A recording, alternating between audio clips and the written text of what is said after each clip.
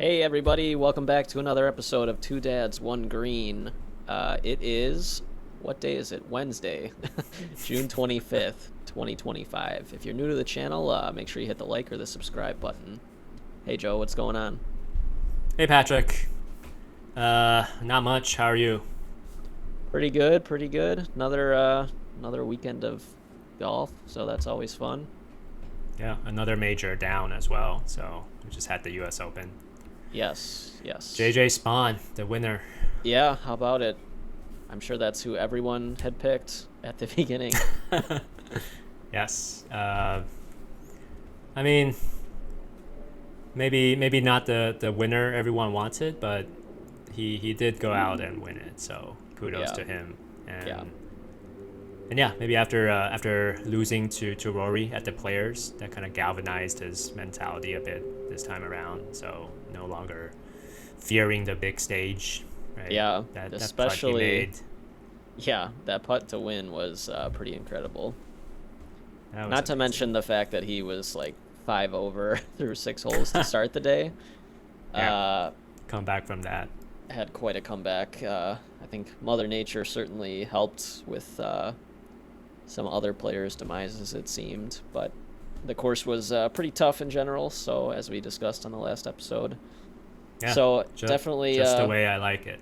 yep. Love I it. I think you said you wanted the carnage, and I think it showed up, especially on Sunday. Yeah, because it started out. We did our last recording after the Thursday, the first round, and Yep. it was too mellow for a U.S. Open. So I'm glad Yeah.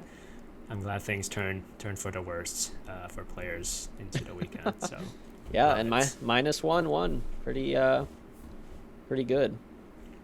I, Yeah, that's what I want to see from a U.S. Open.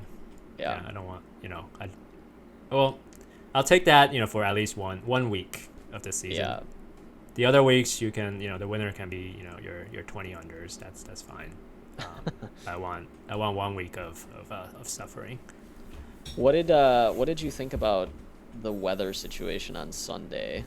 How much it was raining and the fact that they stopped for a little bit and then came back and then it was still kind of pouring. I mean, I remember seeing Sam Burns do practice swings and there was a lot of water coming up off the ground and it seemed like it was affecting play somewhat. I know they all had to play in the conditions, but what'd you think about that?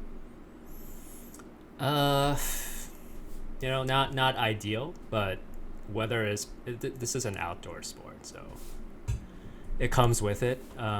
So I was fine with it. I think there were some parts of the course where it seemed like it's just right. There's some standing water, and Yeah. players were having trouble. So with the ruling officials about whether or not it is standing water or not, is it playable or not from where it lies. That part, yeah, I'm not too sure. But overall, I think weather is part of it, and you know, looking ahead to the Open, I Yep. am looking forward to more weather as being part of the golf. I don't know. What are your thoughts? Yeah, no, I tend to agree. I mean, it's part of it. I think the standing water one is tough. Like if your ball is really engulfed in water, probably should get some relief of some sort. But I think they easily probably could have suspended play for a little bit again there. But I don't know if anything had to do with TV trying to get that in. Maybe not. Maybe that's just cynicism. But It's possible they don't want a Monday finish. yeah. Um, People want out of Pittsburgh. Maybe. exactly. You did, right? I mean, Pittsburgh. I look back fondly from my time in Pittsburgh. It's a nice town. Yeah. Yeah. No Um, complaints.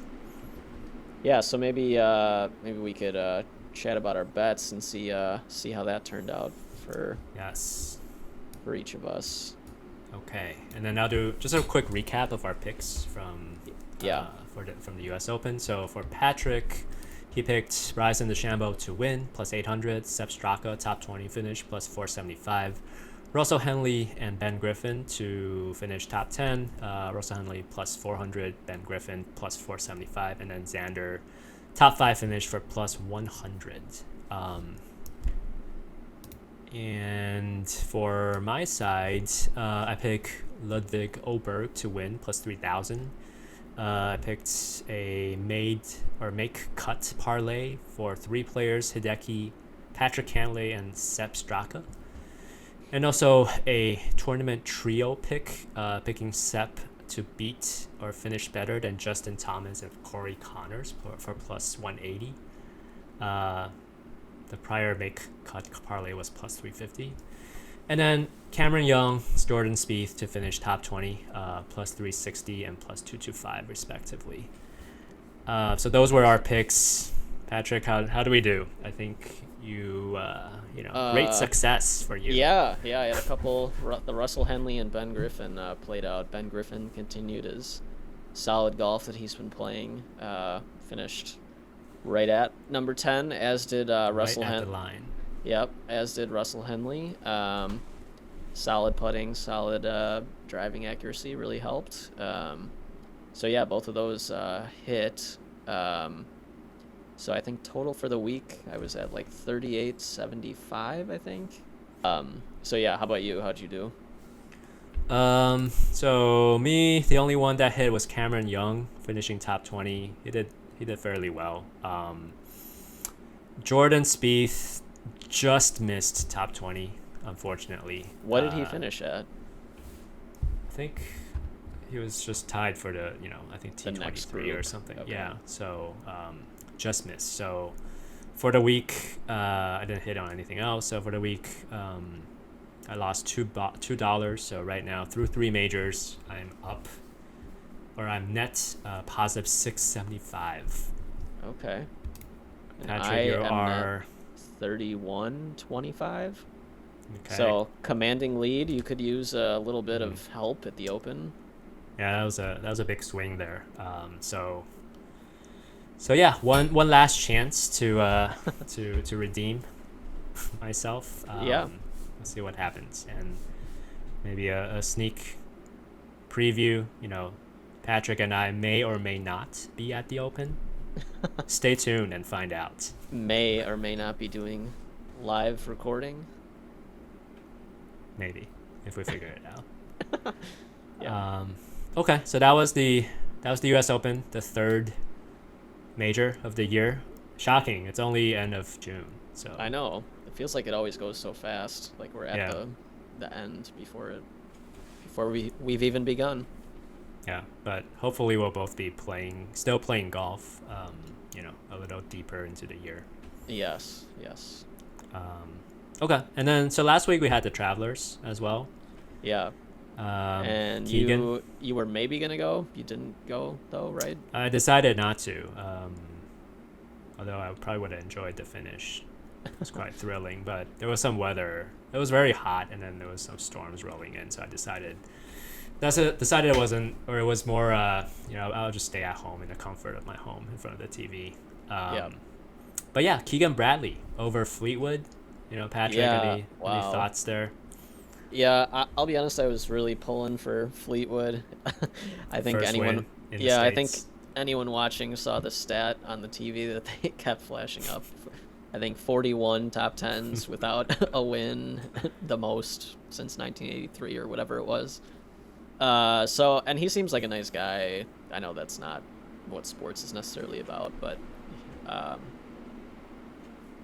yeah, I was definitely pulling for him to win, and I thought he was going to close it out, but it does show that pressure can get to you. I mean, the putt on 18, I think, was prime example. I think easy putts probably that he could make 10 times out of 10 if it wasn't to win or tie to win type of a thing, and just pushes it. So that was tough to watch, but Keegan also took the opportunity in front of him and closed it out with that nice approach shot.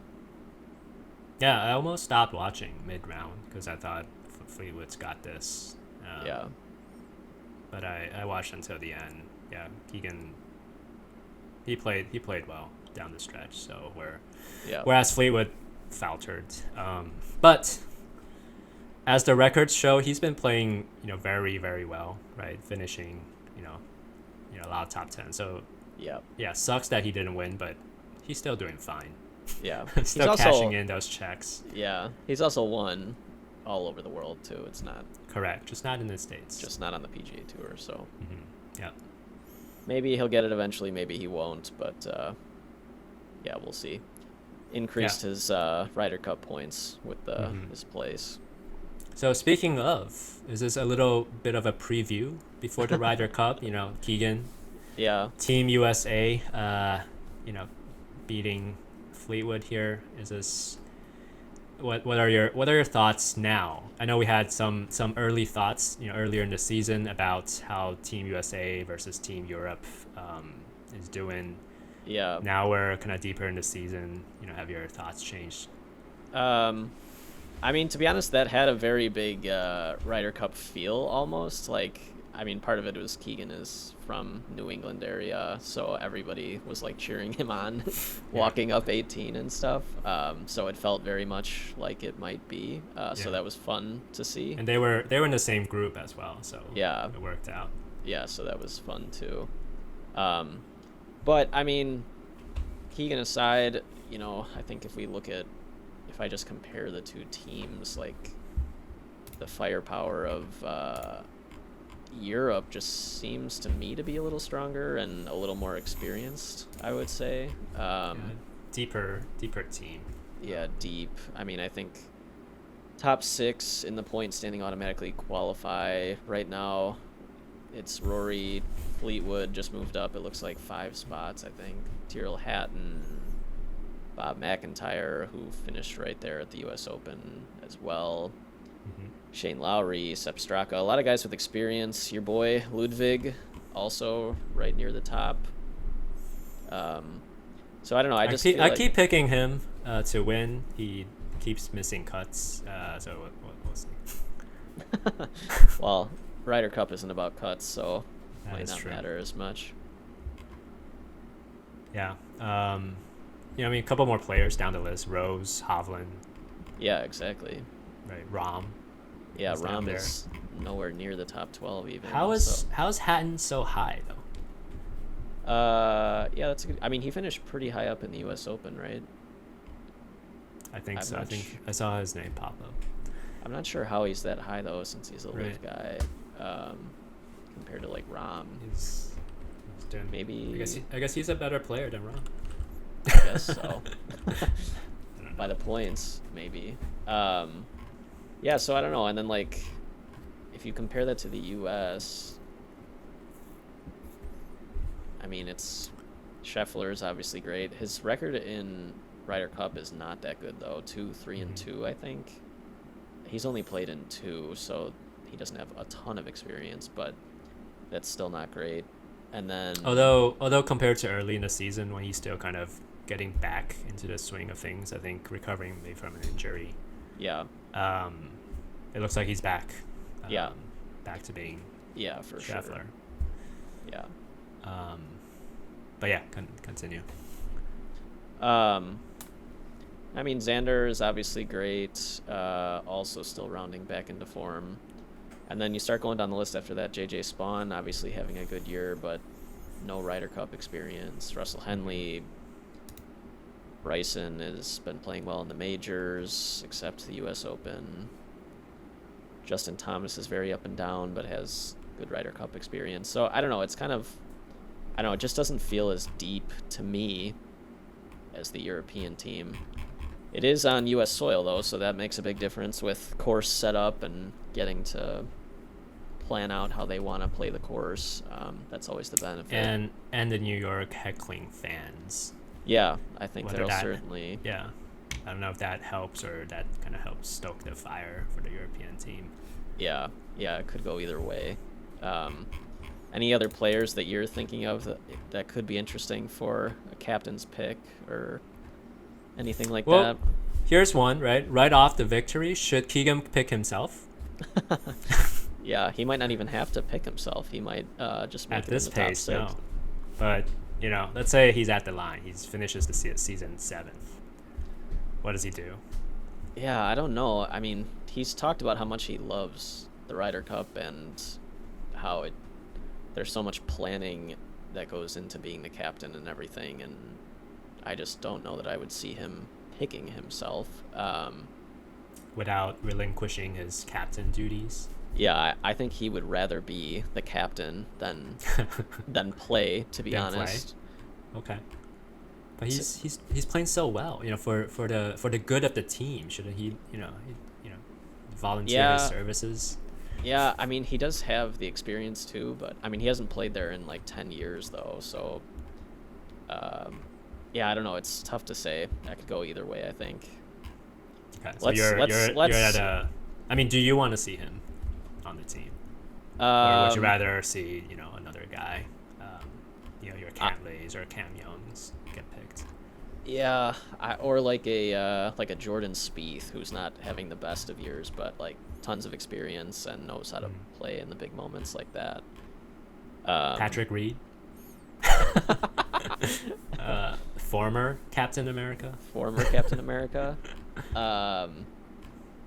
Yeah, I just don't know how well he's playing, to be honest. So, and I know that was more of a joke, but Capcom, right? He's way down there, but yeah, he is way down there. I feel like he doesn't get as amped for Ryder Cup as majors. But yeah, it'll be interesting to see the captain's picks and which direction he goes with that. I think he said if he didn't make it on points, he probably wouldn't pick himself. okay. But if he did, then he automatically qualifies. He can't Yeah. unqualify himself, right? Yeah, that I actually don't know. Like if he could voluntarily say I don't want to do it, but yeah, I guess we'll find out if that happens. Okay. Do you want to see him? He's playing well, so I want to see the people who are playing well be in the team. Yeah. Given his form, I think he deserves some consideration. So Yeah. Well, let's see how the next couple months go. How about that? As if we Yeah. have the power to decide. I mean, it's always fun to speculate. Yeah. Because U.S. team, there's a lot of directions you can go. Well, same with the European team because it's so deep. Yeah. But yeah, it'll be interesting come September. Yeah. So yeah, I'll be watching the next few tournaments closely. Yeah. For any further developments. Yeah. Yeah, so that was a fun last week after the U.S. Open, last signature event of the year, I believe. Yep. So someday I will make it to there. the tournament in person. Yeah. Everything has to line up perfectly, weather, traffic, time. So It's got to be this just might have been right. this might have been my best opportunity given I was still on parental leave, but Yeah. That's all right. You could always go on the weekend. yeah. Okay, shall we do another segment of Would You Rather? Yeah. Why not? All right. So, Patrick, first question. Would you rather do a 6 a.m. tea time or a 12 p.m. tea time? So, get up early, maybe take a nap later, or sleep in a little bit, play. Yeah, That's I it. think, as you probably know, I'm not a huge early tea time guy, so I'd definitely be more on the 12 p.m. train. But with young children now, I would certainly consider doing it early and being back in time to help take care of them and hang out with them for the rest of the day. So that would be the bonus of doing the early tea time. So But you would consider early, but 6 a.m. early? Yeah, it's tough to get there by 6. So I'd still No overall, warm up. yeah, no warm up, barely even wake up. So I think I'd have to go with 12. Okay. Yeah, I've always been an early tea time person. Right, just get the golf out of the way, and then I have the full day to do nothing. Right. So 6 a.m. would be my pick. I think, and I stand by that now that I have a kid. I think just get the golf out of the way early, and then I still have the rest of the day to run errands. It's Yeah. helpful overall. I would say though, um, if we're playing winter golf, then maybe 12 p.m. is better.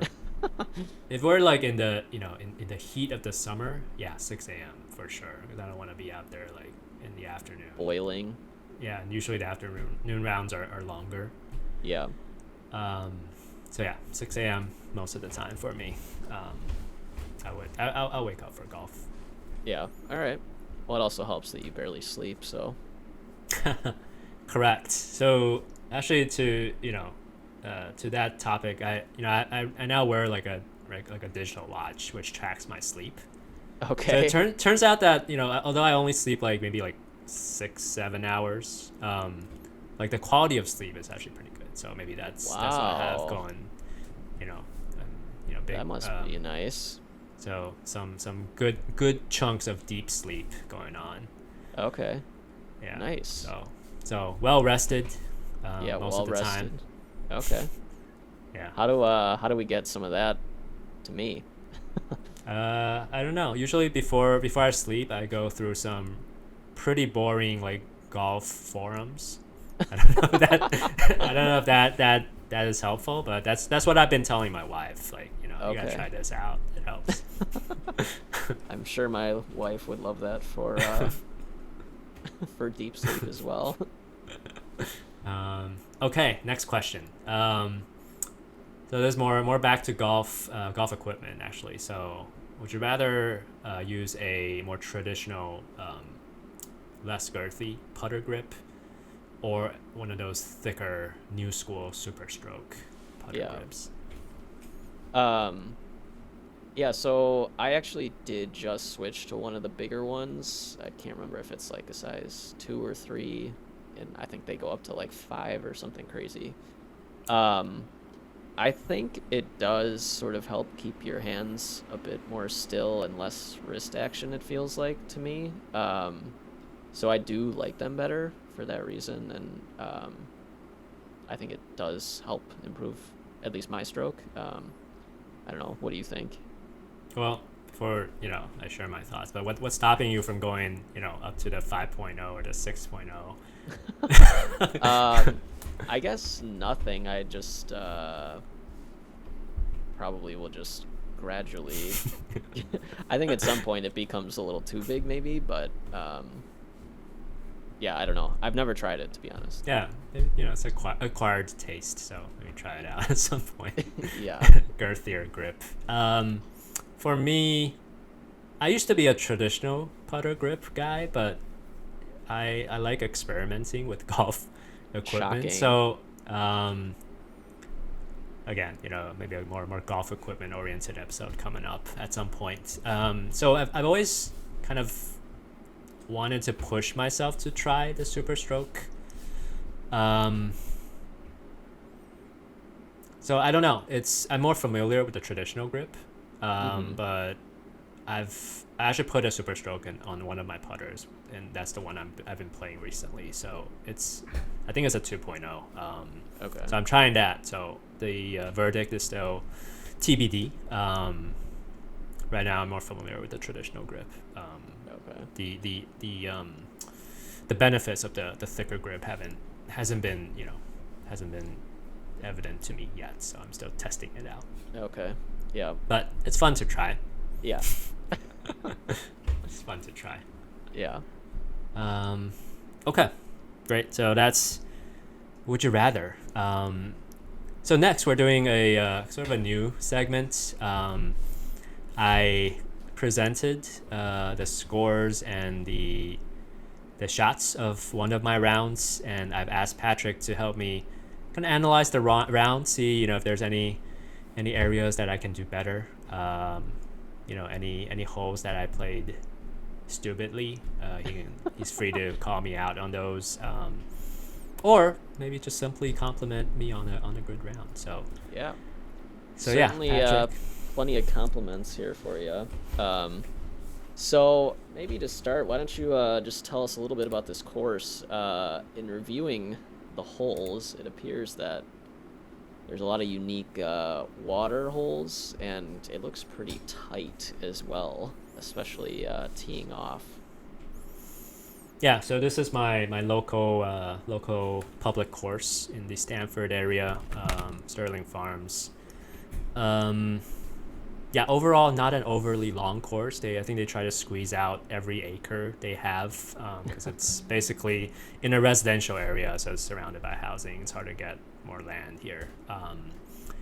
So to kind of cope with that, they made some holes play longer than it is. So they do some interesting dog legs where drivers maybe not the optimal shot off the tee. So you gotta hit kind of a maybe a fairway wood or even long iron off the tee, and then you got a mid to long like second shot. Or they got some of the shorter par fours or par fives. They make you hit uphill, so right, so it makes it play a little longer. And then they kept a lot of the par threes long, like over 200 yards. Not we're not talking about Oakmont like 300-yard long, but Yeah. plenty long for us mortals. Yeah, long. What tees did you play from? So this was blue. So I believe that round that I shared was a match play round for our club championship. So it was blue tees. Okay. So it looks like 6,200 yards. Yeah, that was one comment I had. It looked like, just looking at the scorecard, a couple of par fives that were under 500 yards, Yep. especially six, which we'll talk about. So that's an interesting. So just off the bat, looking at kind of score-wise, 42-42 for a solid 84. Not bad.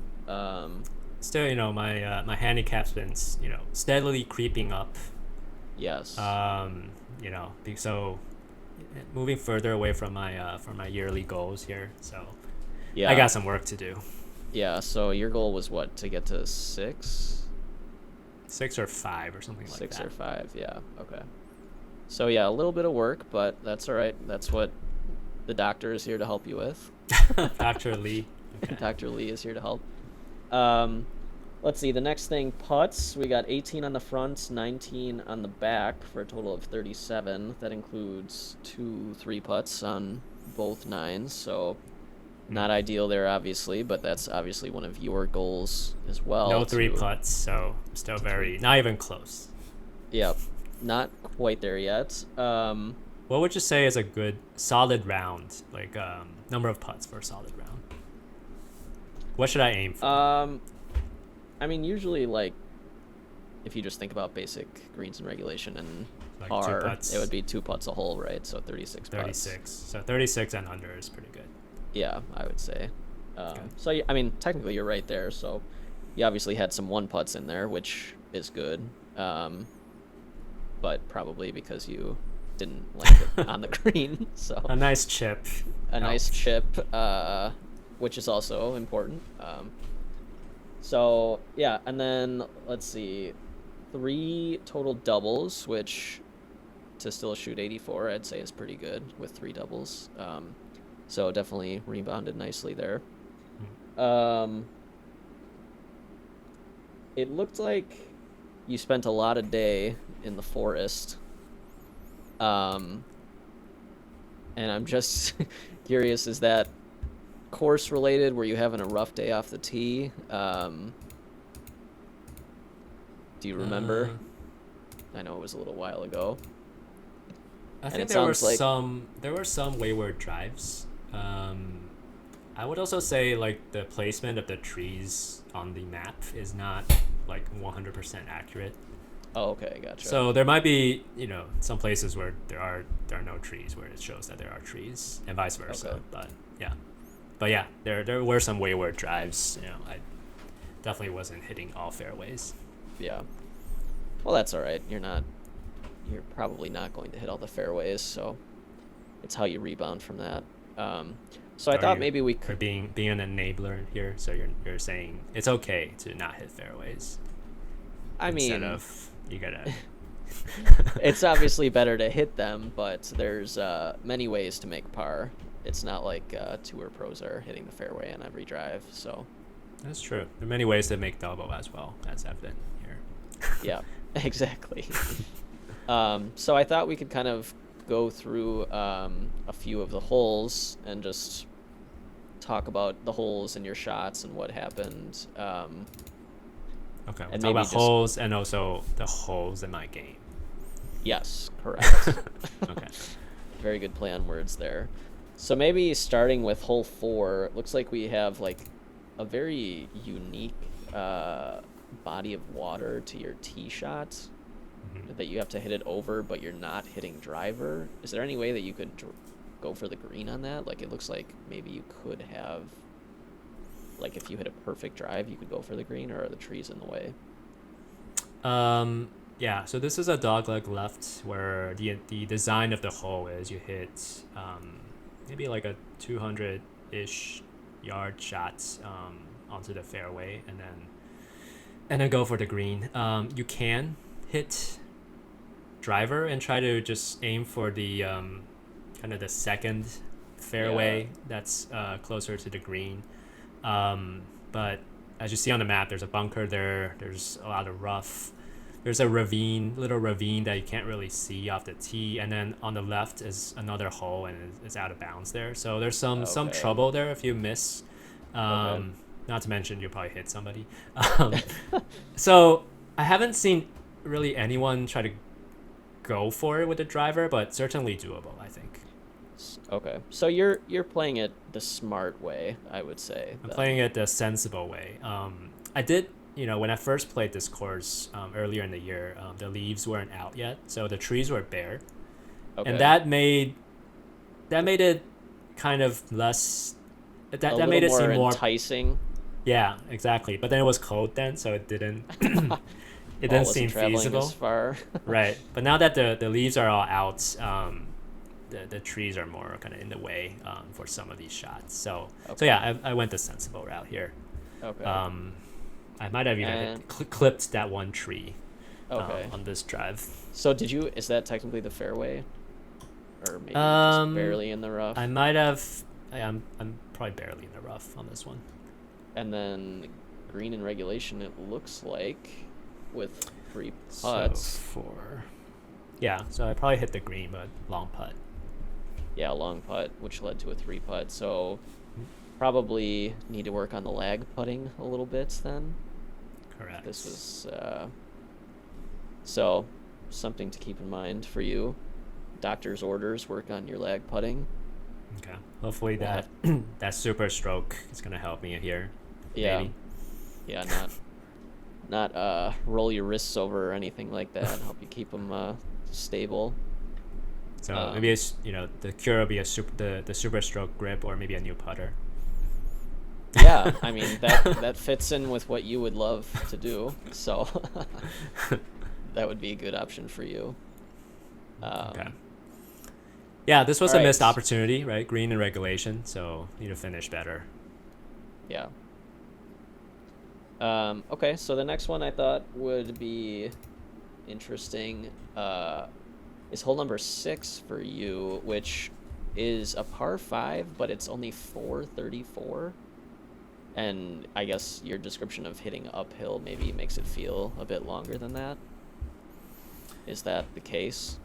Yeah, this one goes straight uphill, so it does make it play a little longer than it is, especially near the green. So you'll see like 2 bunkers there and a small fairway. Yep. That is kind of just up in a pedestal.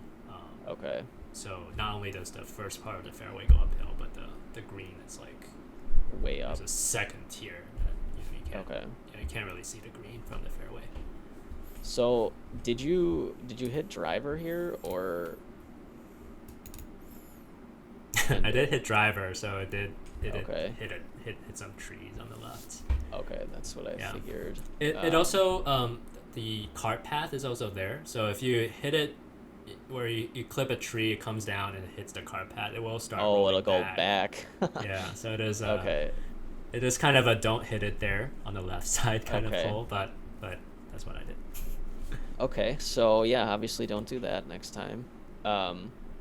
And then it looks like your second shot, I assume you were going for the green, or did you run into tree trouble with that one as well, potentially? I think I took. Um,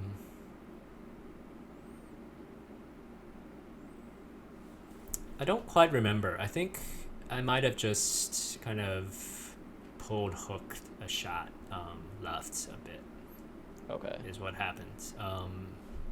I might have just tried to hit the longest club I could out of that rough there. Okay. Um, so it wasn't maybe a good one, might have gotten close to the green, but maybe I was trying to get to that second tier of fairway up Right. near the green, at least over the bunkers. But Yeah. I hooked it a little bit, missed the bunkers, but yeah, at kind of the foot of the hill. And then it looks like the next shot maybe a duff of some sort, perhaps. That would be accurate.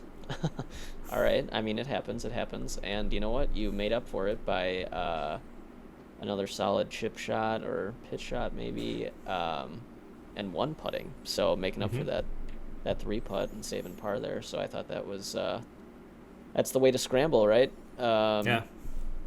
Like So, I said, many ways uh, to make a par. So kind of different journey from the prior hole 4, right? Hole 4, I was pretty solid up until the green, and here it's kind of a long journey to the green, and then finish with the one putt. So kind of the opposites here. Yeah, get in and get out of there. But luckily it was a par 5, so that allowed me to do this. Yeah. Save par. Yeah. So anything to improve on here? Hit the drive on the fairway. Is that Yeah, the I lesson think that's pretty simple advice that you should be doing Yeah. every time. Now moving on to another par 5, actually, hole number 13. It looks like wanted to commend you on what looks like a perfectly played hole on a dog leg with some water that you had to deal with. Pretty solid drive there, right into the fairway, potentially laying up. Do you think you could have gone for that in 2, or did you and just ended up on the short? So again, this one, after the drive, it goes uphill. Oh, This is okay. also an interesting dog leg. So dog leg right. On the right side is the next hole, hole 14. Okay. So just looking at the map, in theory, you can kind of cut the corner and play hole 14 fairway, but Yeah. they've kind of marked that as internal, out of bounds, so you Okay. can't really hit there. Yeah, that makes And sense. then on the drive, the whole fairway kind of slopes right to left.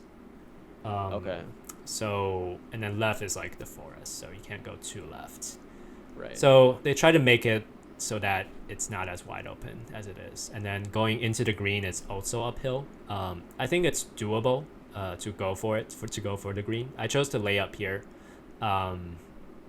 just simply because I didn't want to wait for I didn't want to wait for the green, the guys on the green to finish up. So I just wanted to advance the ball. So I didn't try to go for it. I thought this was, the risk reward wasn't super apparent here. Probably safer. I mean, it's a really narrow landing area. If you were going for it, it looks like you've got pretty much just the green to land it on. So, yeah, and as shown by the hole you talked about previously, I was kind of feeling mildly confident about the short game today, that day. So I thought hitting it close, get a short shot into the green might be the way to go. Yeah, and clearly another 2 putts. So I guess not another no one. bird. Yeah. No bird, but still made it 2 putts, green in regulation. So solid hole, just the way you're supposed to be playing it. So nice job there. The next one, which was the hole you alluded to, is a very interesting looking par 4 with water on both sides of the fairway. It is not super long, but it looks like you can't really hit driver. This I one, don't know if you hit 3-wood or something, but yeah, driver here, you'll have to land this like right in between the 2 waters at the narrowest part of the fairway. It's just not doable. So yeah, usually the play is hit like a 200 to 220 club, just straight down the fairway, avoiding the water on the left, and then go for the green with kind of a mid iron. So But you here, you chose to hit a 240 shot. It appears. I ended up, yes, kind of, kind of.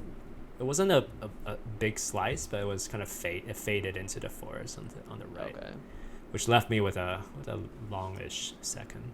Yeah, I was gonna say the second shot is one of my main comments with, which is like,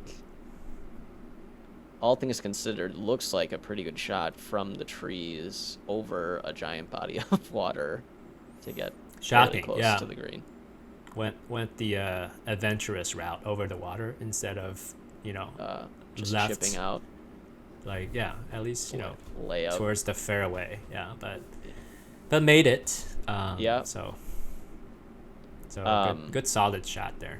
do you think you're typically the person that would rather play the risky shot versus maybe the more safe, just chip it back into the fairway and see if you can go up and down from there? Yeah, I would get it back into play if usually that would be like the route I take if it's the only option I have.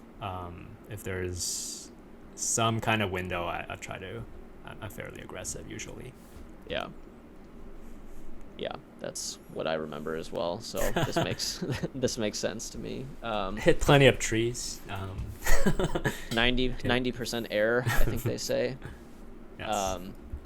So it looks like you did end up about 10 yards off the green, and then it says one putt. I but probably you- chipped back in or something, or putted from off the green and then a one. Oh, yeah, okay. Yeah, that makes sense. Okay, so fairly good recovery from where your drive ended up, I would say. Nice to make bogey there. I don't know that I would always advise going for the super risky shot, especially when you've got to hit it over all that water, but it worked for you this time. So kudos to you for taking the risk. All right, so play smarter, right? That's the lesson here. Yeah, I guess that's usually the way I try to think about it. Doesn't mean it always is the right way. Some people like to play more aggressive like you, so nothing wrong with that either. Just be prepared to get an 8 on the hole, I guess, when you end up in the water. At least no eights in this round, so that's good. Yeah, yeah, yeah. Not too big of numbers on the scorecard, so that's good. Yep. So that helped me secure the victory that day for my match, so which was good. Yeah, yeah. So nice round overall. Could definitely always room for improvement, but you're on the right track, I think. Thank you. Yeah. So we'll do one of these periodically, and then see if things improve. If I've been learning, right, taking my lessons and learning and adapting, right, what I learned from the doctor here, throughout the season, and then I'll perhaps also do one of Patrick's rounds as well and provide some commentary. Yeah, should be a good time. Okay, so going into our kind of last topic here, just want to quickly follow up on our prior conversation. Any baby updates on sleeping or eating, pooping, even. Yeah. So Patrick, how are you doing? The locking your son in his room tactic is still in effect. Yeah, actually, after the first week or so, he got fairly used to being locked in the room, and Nice. so much so that he was telling us to lock the door Get out. once we left the room. Don't come in. Yeah, so Wow, your son's fairly, becoming a teenager already. Yeah, I know. Who knows what he's doing in there? But yeah, so it's been fairly good with that, and he kind of knows the drill now, and calls for me when he wakes up and knows that I'm gonna come unlock the door and he'll get out of there. So it was just those initial days that were a bit rough, but now we're kind of getting in the groove here. So That's thank God good for that. Yeah. That's great. Some progression there. Yeah. How about you guys? From my side, I think last time I described some, we're changing up our daughter's diets, right? And then the texture and consistency of the poop has been evolving and then resulting in some difficult constipation here. But Yep. so now she's fairly good. The poop's been more solid, and she's fine with that. And I think part of it, kind of in retrospect, maybe it's more this transition, something that she's not used to, because Yeah. when she was earlier on, the poop was more free flowing, right?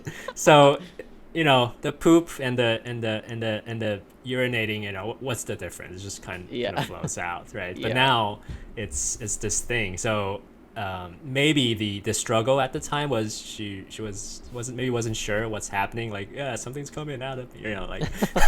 Yeah. But now it's fairly obvious. Like when she needs to go, like you can see her make a face and make an effort. Like she now knows she needs to make an effort to force it out. So it's all good. So she's used to it now, and it helps us as well, because I can tell fairly easily that she's doing the number 2. Yeah. Well, that's a nice change. Yeah. So it's all good now. Nice. Well, good to hear. Yeah. I think we were also working on transitioning her from the crib, and now she's sleeping in the basically the pack and play. And she's after some initial nights of crying, she's now more used to it. So it went down from maybe in 30 minutes to an hour of crying before she falls asleep. To now, I think just now I put her down, and I heard maybe 3 seconds of crying. And very good. And I just walk away. So Getting used to that as well. yeah, so it's good. It's been good. Kids, they learn quickly. Yeah, so as I'm learning. Yeah, gotta get them to golf early as well.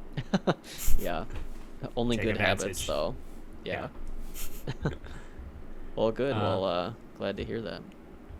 Yep. All right, so I think that's all the topics we have today. Patrick, anything else as we close? No, I don't think so.